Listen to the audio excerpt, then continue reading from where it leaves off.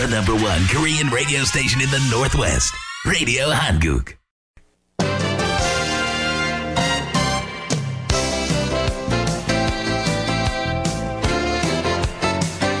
(12시) 정보 데이트. 여러분 안녕하십니까? 12시 정보 데이트 홍승섭입니다.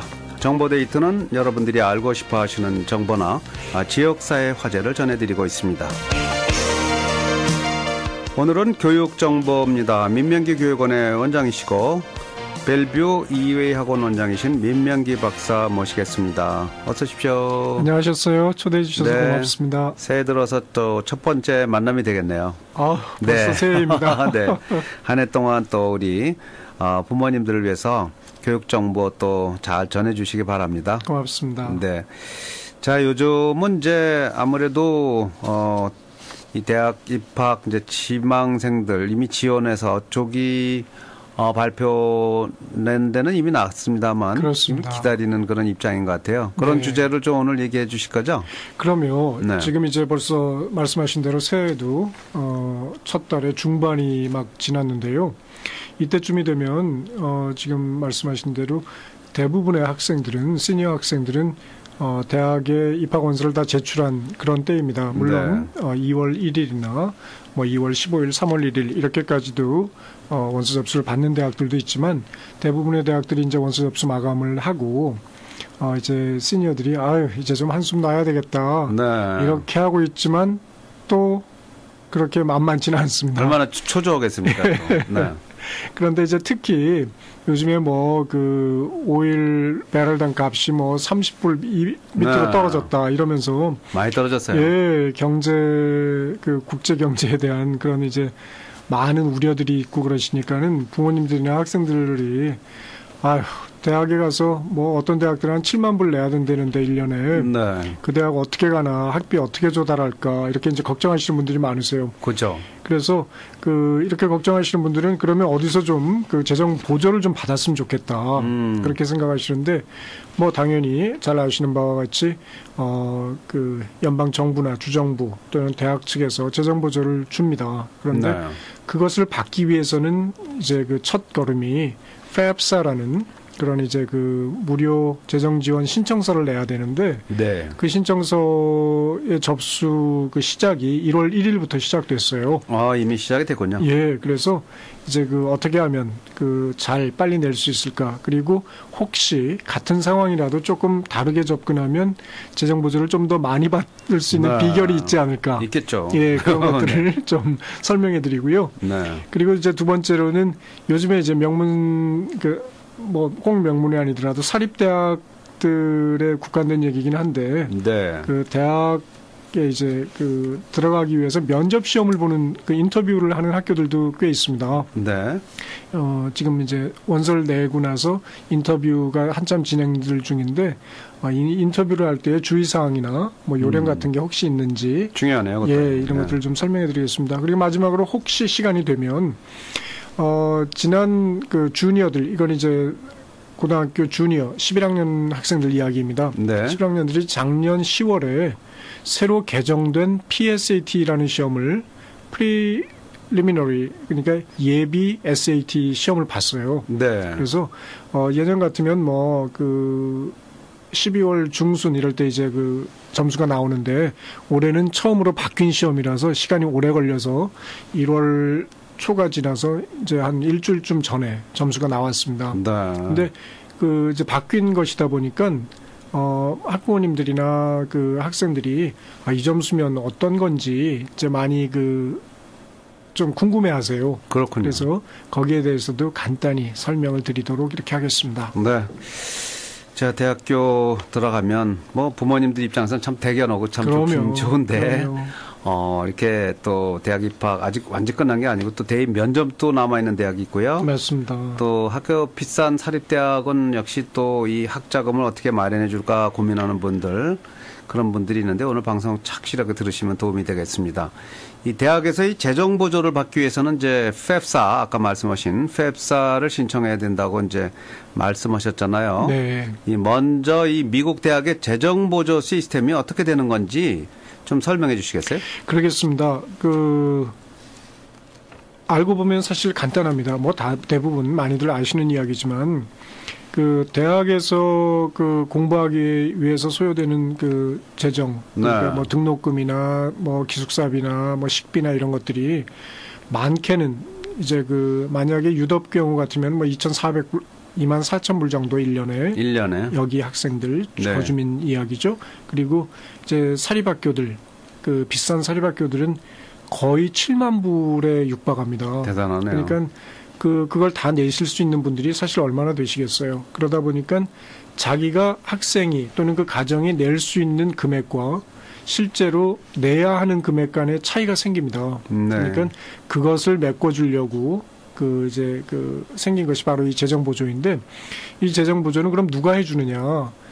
연방정부 네. 또는 주정부 또는 학생이 등록하게 될 대학, 이렇게 세 주체가 재정보조를 해주게 됩니다. 그럼 재정보조를 해주는데 어떤 것을 기준으로 해서 재정보조, 누가 뭐 돈 있는지 없는지 이런 것들을 어떻게 밝혀내느냐. 네. 이것을 이제 해결하기 위해서 연방교육부에서 FAFSA라는 걸 만들었어요. 네. 그러니까 이게 풀어서 설명을 하면은 연방 학자금 지원 신청서. 근데 무료입니다. 무료 신청서 이렇게 되어 있습니다. 네. 그러니까 이 FAFSA라는 것을 아까 말씀드린 대로 1월 1일이 지나자마자, 그러니까 작년에 회계가 다 마감되는 12월 30일이 지난 바로 그 다음 날 네. 이면 이제 FAFSA에서 물어보는 질문들이 뭐 가정의 소득이 얼마냐, 또는 학생이 뭐 일을 해서 돈을 번 적이 있느냐, 또는 뭐 학생이나 부모님의 은행의 잔고가 어느 정도나 되느냐. 네. 이제 그러니까 소득과 에셋, 뭐 재산 같은 것들을 물어봅니다. 그러니까 그런 것들을 알기 위해서는 1년이 지나야 되니까 1월 1일부터 이제 시작이 되는 건데요. 이런 것들이 이제 FAFSA를 기입을 하면은, 대답을 하면은 이것이 연방교육부로 가게 됩니다. 네. 그러니까 온라인으로 신청을 해서 가게 되면 연방교육부에서 이제 계산을 해서 이 가정에서는 자기들이 다 쓰고 번 돈 중에서 이제 먹고 살기 위해서 쓰고 이런 돈들을 다 빼고 이 학생의 학비로 지출할 수 있는 비용, 그걸 이제 EFC, 뭐 Expected Family Contribution 이렇게 하는데요. 네. 그 가정이 낼 수 있는 최대한의 금액, 뭐 이렇게 되어 있습니다. 그 금액을 전해서 학교 측에, 지원하는 학교에 보내는 거예요. 그러면 그 학교에서 이 학생은 요 정도까지는 돈을 낼 수 있구나. 그러니까 만약에 우리가 학교 다니는데 6만 불이 드는데 연방정부에서 말하기를 한 3만 불까지 낼 수 있다고 하니까 나머지 3만 불만 우리가 어떤 식으로 이렇게 좀 보조를 해주면 되겠구나. 네. 이렇게 결정을 하는 거죠. 그렇게 해서 이제 결정을 해서 학생에게 리포트를 보내주면 학생은 여러 군데에서 받은 파이낸셜 패키지, 리포트를 다 받아보고 그중에서 자기가 제일 가고 싶은 학교 또는 돈이 제일 싼 학교, 뭐 이제 이런 것들 지원을 많이 해주는 학교를 선택해서 그 학교에 등록을 하게, 이제 이런 과정을 거치는 것이 바로 미국 대학의 재정보조 시스템이라고 말할 수 있습니다. 네. 사실 뭐 미국에서는 공부 잘하는 학생은 가정 형편이 어쨌든 맞습니다. 네, 맞습니다. 다 다닐 수 있다는 그거는 다 알고 계실 것 같습니다. 그럼요. 단적으로 네. 얘기하면은 뭐 그야말로 6만 5천 불 이하의 가정 가계소득이다 이러면 네. 탑 10 학교들에서는 일전도 안 들이고 대학 4년을 마칠 수 있다. 뭐 이제 그렇죠. 이런 가정도 나오는 거죠. 그럼 이제 웬만한 우리 한인 가정에서는 뭐 연간 6만 5천 불 이상이 많지 않으니까 예, 맞습니다. 뭐 하버드든 예일이 됐든 어디 됐든 들어만 가면은 다닐 수 있을 것 같아요. 그렇습니다. 그 대신 이제 또 그렇지 않은 사람들도 FAFSA를 이용해서 여러 가지 학자금 지원을 받을 수 있을 것 같습니다. 이런 시스템 하에서 어떻게 하면 가장 많은 재정 보조를 받을 수 있겠는지 이제 이걸 방법을 가르쳐 주시면 좋겠는데 이 FAFSA를 작성할 때 주의 사항 같은 거 이런 게 이제 어떤 비결 같은 게 없는지요? 비결이 있긴 있습니다. 이제 몇 개 말씀드리면, 일단은 학생 구좌에, 그러니까 학생 이름으로 돼 있는 재산을 없애라. 어허. 이제 이게 그 가장 큰 그 비결이라고 볼 수 있습니다. 네. 왜냐하면 그 학생이 은행에 만약에 뭐 5,000불이 있다. 그러면은 학생의 재산은 무조건 20%가 그 아까 말씀드린 그 학자금으로 쓸 수 있는 비용으로 전환이 되는 거예요. 그렇습니까? 그런데 네. 부모님의 그 에셋, 부모님의 재산은 5.64%, 그러니까 4분의 1만 그 학비로 쓸 수 있는 금액으로 계산을 하는 거예요. 그러니까는 이제 만약에 여태까지 그 FAFSA 신청하시기 전에 그 은행에 뭐 돈이 뭐 5,000불이 있었다. 애를 위해서 뭐 그 학자금을 막 비축을 해놨다. 네. 이러시면은 되도록이면 그 이제 그 은행의 그 잔고를 그 부모님께로 옮기시든지 그렇지 않으면 뭐 그렇군요. 동생에게로 옮기든지 그렇지 않으면 이제 네. 대학에 가면은 컴퓨터가 새로 필요하다든지 이러면 새로 이제 좋은 걸 하나 사주시든지 예 뭐 그 무슨 그 이사 비용 같은 것들을 미리 좀 빼놓던지 그러네요. 뭐 이제 이런 것들이 그 상당히 그 영리한 그런 방법일 수 있고요. 네. 그리고 잘 아시는 것처럼 이 재정 보조 (financial aid는) first come first served. 그러니까 일찍 신청하면 빨리 받을 수 있는 아하. 그런 겁니다. 원칙이. 그러니까 그 이 이유는 학교의 재정이 무한대이지는 않지 않겠어요. 그렇겠죠. 그러니까 어느 정도까지만 돈이 있으니까 학생들이 빨리 신청한 학생들에게 주다가 보면 맨 끝에 신청한 학생들에게는 차례가 돌아가지 않을 수도 있기 때문에 그렇군요. 예, 되도록 빨리 신청하는 게 좋다. 그리고 근데 더 쓰너 더 베러. 네. 그렇습니다. 네. 빨리 그렇습니다. 할수록 좋습니다. 딱 그렇게 요약하시면 좋을 네. 것 같아요. 그리고 이제 그 한번 무슨 뭐 재정 지원 그 금액이 정해져 가지고 나한테 왔다. 그러면 그런데 그것을 받은 다음에 이제 가게에 그 재정 문제가 좀 생겼다. 무슨 아버님이나 무슨 어머니나 네. 무슨 그 가게에 문제가 생긴다든지 또는 실직을 하신다든지 다치신다든지 또는 뭐 이혼을 하신다든지 무슨 뭐 갑자기 동생이 사립학교를 가게 됐다든지 이런 그 지출 요인이 새로운 지출 요인이 생기면 네. 다시 그 학교에 파이낸셜 에이드 사무실이 있습니다. 그 사무실에 연락을 해서 이 변화된 상황을 알리면 추가로 보조를 더 받을 수가 있습니다. 그렇군요. 그렇게 하시면 되고요. 네. 그다음에 이제 그 한 가지 잘 안 알려진 이야기는 FAFSA를 신청할 때 그 기입을 할 때 10학교까지 그 학교 순서대로 이렇게 그 10학교 내가 지원할 학교들이다 하고 보내게 돼 있어요. 네. 그런데 그 10학교의 순서가 자기가 지원하는 학교, 대학에도 가게 됩니다. 아. 그러면 이 사람들이 보고 제일 처음에 자기 학교 이름이 있으면 이 사람들은 얘는 우리 대학에 꼭 올 거구나. 제일 중요하게 생각하니까. 그렇게 짐작을 하고 파이낸셜 에이드를 적게 줄 수가 있는 거예요. 얘는 그렇군요. 조금만 줘도 당연히 오고 싶어 하겠다. 네. 그러니까 이 사람들도 아주 그 서로 머리 싸움입니다. 전략적으로 대응해야겠네요. 그렇습니다. 전략적 대응이 필요합니다. 근데 이제 그 보통 전문가들이 그 추천하는 거는 두 번째쯤에 집어넣어라. 네. 두 번째쯤에 제일 가고 싶은 대학 이름을 집어넣어라. 그러면 이 그 대학 측에서는 이 녀석은 조금 돈을 더 주면 오겠구나. 꼭 뽑고 싶으면. 네. 그러니까 이제 그 첫 번째로 올린 대학에서는 뭐 조금 주더라도 하여튼 제일 가고 싶은 대학이 두 번째로 올라가면 두 번째로. 예, 그러면 그 결과적으로는 아주 이득을 볼 수 대단한 있다. 아이디어네. 예, 네.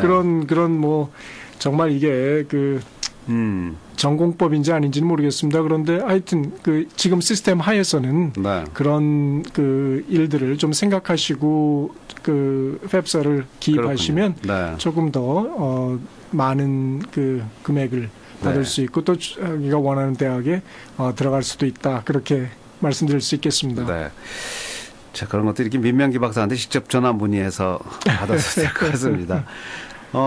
그 대학에 진학하기 위해서 이제 면접을 하는 대학도 있는데 이제 그게 대부분은 명문 대학이죠. 그렇습니다. 근데 이제 뭐 유덥 같은 경우는 명문이지만 유덥에는 면접이 없는 것 같아요. 그럼요. 그게 네. 이제 재정적인 이유 때문입니다. 사실은 그 제가 만약 대학의 사정 담당관이고 그 총장이라면 면접을 되도록 다 보였으면 좋겠어요. 네. 그 원서에 입학 원서에 보면은 그 성적 그 사실 숫자 노름 아니겠어요. 그죠. 3.4가 4.0보다 낮다. 그거 꼭 그렇게만을 볼 수 없지 않겠어요. SAT 네. 성적이 뭐 조금 높다고 해서 그 학생이 정말 훌륭한 학생이라고 볼 수도 없을 테고 우리 그렇죠. 학교에 맞는 학생인지도 사실 분간이 안 가는 거고 만나본다고 뭐 한 시간쯤 만나본다고 무슨 또 그렇게 크게 그 확실한 판단이 서는 건 아니겠지만 그래도 훨씬 더 많이 그 좋은 그 판단을 할 수 있을 텐데 하여튼 재정적 이유 때문에 그 큰 재정이 풍부한 사립학교들 이외에는 그 이제 사정관들이 네. 이렇게 또 한정되고 있으니까 하지를 못하고 있습니다. 그리고 사실 스탠포드 같은 대학들은 그 뭐 돈도 많고 그 좋은 학교이고 그렇지만은 그 옵셔널이에요. 선택 사항이에요. 그래서 꼭 해도 좋고 뭐 꼭 안 해도 전혀 불이익이 없다. 이렇게 돼 있고요. 그러니까 그 되도록이면 하는 게 좋다고 이상적으로 생각은 하지만 재정 문제 때문에 그 다 할 수는 없고 그래서 몇몇 사립대학들이 하는데 그 사립대학들조차도 그 필수적으로 하는 학교들은 그리 많지는 않다. 그렇군요. 예. 그러니까 그 대충 뭐 그 스탠포드 같으면은 그 전 세계적으로 62곳 정도만 그런 정해진 인터뷰 장소가 있어요. 그래서 네. 그 근처 학생들만 할 수 있도록 다른 학생들은 안 해도 된다. 이렇게 돼 있습니다. 아, 그렇군요. 네. 근데 이 면접 결과가 대학의 당락에 얼마나 영향을 미치는지 예. 큰 영향은 미치지 않을 것 같네요. 말씀 들어보니까. 맞습니다. 또한 이제 인터뷰의 종류에도 뭐 별다른 게 좀 있나요, 서로? 네. 그 당락에 얼마나 영향을 미치느냐. 영향을 미치는 종류가 있습니다. 네. 그러니까 그 학생과의 대화나 이런 것들을 통해서 이 학생을 점수를 매기는 그런 인터뷰가 있어요. 네. 그거는 저희가 이제 그 evaluative 인터뷰 그렇게 하는데 대학에 따라서 그걸 명시하고 있습니다. 그러니까 어떤 대학은 우리 대학의 인터뷰는 evaluative 인터뷰다. 그렇게 하면 이거는 정성 들여서 신경 써서 해야 됩니다. 그러네요. 왜냐하면 점수화되니까. 그런데 우리 대학은 informational 인터뷰다. 그러니까 너하고 나하고 학교 측하고 지원자하고 서로 학교에 대해서 알고 싶은 거 물어보고 나는 지원자에 대해서 알고 싶은 걸 물어봐서 우리가 서로 그 인포메이션을 교환하고 네. 네가 우리 학교에 더 관심을 갖도록 만드는 것. 이제 이런 종류가 있습니다. 그러니까 그 영향을 미치는 것은 그 evaluative 인터뷰 이렇게 볼 수가 있고요. 또 인터뷰의 종류에는 그 학교의 캠퍼스에서 그 사정관과 하는 인터뷰. 또 두 번째로는 사정관이 각 그 고등학교 또는 그 각 도시를 돌아다니면서 하는 인터뷰. 네. 또는 그 학생이 사는 지역에 사는 졸업생과 그 해당 대학의 졸업생과 하는 인터뷰. 이렇게 이제 세 가지 정도로 나눌 수가 있습니다. 그렇군요. 네. 면접을 보러 갈 때 이제 주의사항이라든가 요령 같은 거 좀 소개해 주시죠. 그러겠습니다. 이거 뭐 그 꼭 대학 면접뿐만이 아니라 뭐 회사에 그 들어가기 위한 입사 면접도 다 마찬가지겠지만은 일단은 시간을 지켜야 된다. 시간. 예, 제 시간을 중요하죠. 지켜야 네. 되고 그리고 혹시 그 사실 꼭 중요한 때에 그 바쁜 일 생기고 차 막히고 그래서 못 갈 수도 있지 않겠어요? 늦게 그렇죠. 갈 수도 있는데 네. 그럴 경우를 대비해서 항상 그 만날 사람의 그 전화를 꼭 그 알아둬서 그때 꼭 전화를 하고 그러면 뭐 서로 그 이해가 되고 전혀 문제가 없으니까요. 그러네요. 연락만 해주면 그리고 두 번째는 이제 적당하게 그 의상에 신경을 써야 됩니다. 그렇겠죠. 그러니까 이 사람들 얘기하기로는 그 비즈니스 캐주얼 이렇게 얘기하는데요. 네. 그 뭐 꼭 그 뭐 타이까지 할 필요는 없겠지만 깨끗한 셔츠에 이렇게 좀 그 면바지 뭐 이 정도로 해서 가면 될 테고요. 그 믿지 않으시겠지만 부모님을 대동하지 마라 이런 게 아주 그 굉장히 그 중요한 사항입니다. 네. 많은 학생들이 이제 부모님이 어차피 또 운전 안 하고 갈 때는 데려다주고 그러니까 부모님이 커피숍에서 만나면 저쪽 구석에서 그냥 또 걱정되셔가지고 보시고 네. 그런 경우도 있다 합니다. 네. 그러니까 그건 너무 아직도 이 녀석이 성숙하지 않구나 이런 인상을 줄 수 있기 때문에 네. 좋지 않고요. 네. 그리고 여유를 좀 가져야 됩니다. 꼭 그 뭘 외워가지고 판에 박힌다 대답을 하는 것보다는 그 여유를 가지고 대답을 해야 되고 너무 건방진 태도는 또 피해야 되고 네. 그리고 인터뷰는 질문을 받는 시간만이 아니라 질문을 하는 시간입니다. 그러니까 내가 뭐가 그 궁금한지 그 학교에 대해서 그런 것들을 이제 궁금한 것들을 묻는 그런 시간이 돼야 합니다. 그렇군요. 예. 자, 이게 뭐 마지막 질문이 될 것 같은데 올해 그 주니어인 학생들이요. 작년에 본 이제 PSAT 시험 결과가 이제 올 초에 학생들에게 발표됐다고 하셨잖아요. 그렇습니다. 네. 이 시험 결과가 이제 내셔널 메릿 장학금 수혜와 어떻게 상관이 되는지요? 예. 간단하게 설명드리면은 그 시험을 보면은 이제 작년까지는 그 240점 만점에 219점 뭐 이 워싱턴 주에서는 그쯤 되면은 내셔널 메리트 스칼러십을 그 받을 수 있는 네. 그 준결승 진출자가 됩니다. 근데 이번에는 그 작년 240점 만점에서 올해는 1520점 만점, 영어 수학 각각 760점으로 네. 1520점 만점으로 바뀌었어요. 그래서 그렇군요. 이번에 혹시 1460점 정도, 1520점 만점에 1460점 정도를 받으신 그런 학생들은 작년에 219점, 220점 이렇게 받은 학생들하고 거의 비슷한 거예요. 그렇군요. 그래서 아마도 내셔널 메리트 그 장학금을 그 받을 수 있는 그 선발자에 들어가게 되는데 네. 그거는 이제 올해 9월이나 돼야지 발표가 됩니다. 그렇군요. 그러니까 지금 내가 이 정도니까 혹시 받을 수 있겠다 없겠다 그냥 좀 생각을 하시고 확실한 것은 9월에 발표가 된다 이렇게 네. 생각하시면 될 것 같아요. 그렇군요. 자, 오늘 교육정보 함께 알아봤는데요. 민명기 교육원의 원장이시고 벨뷰 이웨이 학원의 원장이신 민명기 박사 돈 말씀 주셨습니다. 전화번호 하나 안내해 주시죠. 그러겠습니다. 네. 425-467-6895입니다. 425-467-6895 민명기 교육원 언제든지 여러분들 답답한 일 또 교육정보 필요하신 분들은 민명기 박사를 찾아주시기 바랍니다. 오늘 말씀 고맙습니다. 고맙습니다. 네, 부모님들 아무래도 대학 입학 결과가 궁금하시고요. 아무래도 또 장학금 뭐 아니면 또 재정 보조 받는 문제 이런 거에 관심이 많이 있으실 것 같습니다. 그럼요. 예. 대인 면접 같은 것도 해서도 오늘 또 이렇게 공부하신 거 자녀들과 함께 얘기 나누시면 좋은 기회가 될 것 같습니다. 자, 오늘 12시 정보 데이트 여기서 마치겠습니다. The #1 Korean radio station in the Northwest, Radio Hanguk.